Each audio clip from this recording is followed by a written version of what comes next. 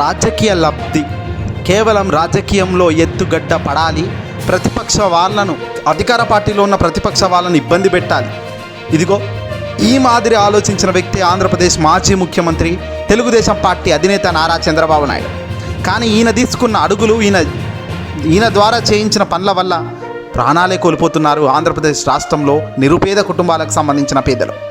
తాజాగా పెన్షన్ కోసం వెళ్ళి పెనమలూరు మండలం గంగూరు గ్రామం నందు 80 ఏళ్ల వృద్ధురాలు ఈరోజు మరణించడం నిజంగా బాధాకరణం.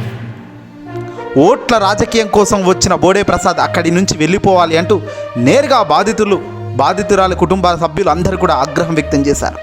తెలుగుదేశం పార్టీ ఆడిన ఓ వింత నాటకంలో ఇదిగో ఎంతోమంది పెన్షన్ రావట్లేదు, పెన్షన్ దక్కలేదు అన్న బాధతో గుండెలాగి చనిపోతున్నారు.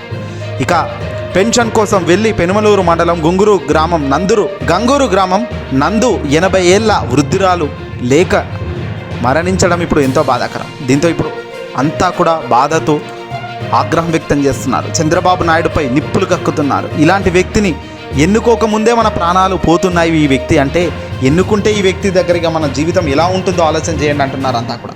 ఇక్కడ అధికార పార్టీకి సంబంధించిన వాళ్ళు అదే అంటున్నారు.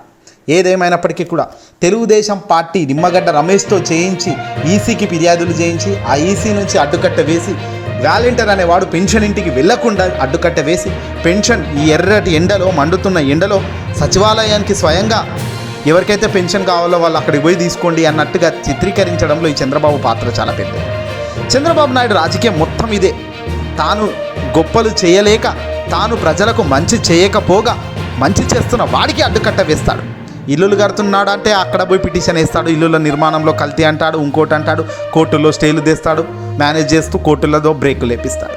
పేదలకు ఏదైనా మంచి చేస్తూ ప్రభుత్వం ఏదైనా గొప్పగా కొత్తగా నూతనంగా ఏదైనా ఐడియాతో ప్రభుత్వం జగన్మోహన్ రెడ్డి గారు ఏదైనా ముందుకు అడుగులు వేస్తే అక్కడ బ్రేకులు వేస్తాడు. ఏమైనా అంటే రాజకీయం పూర్తిగా డిఫరెంట్ యాంగిల్ అంటాడు. చరిత్రలో ఇలాంటి వ్యక్తులు కూడా కనుమరుగవుతారు. ఎంత స్థాయిలో కనుమరుగవుతారు అనేది దానికే బ్రాండ్ ఎగ్జాంపుల్గా చంద్రబాబు నిలుస్తారు. ఈ వీడియోని అసలు లైక్ కొట్టి తప్పక షేర్ చేయండి.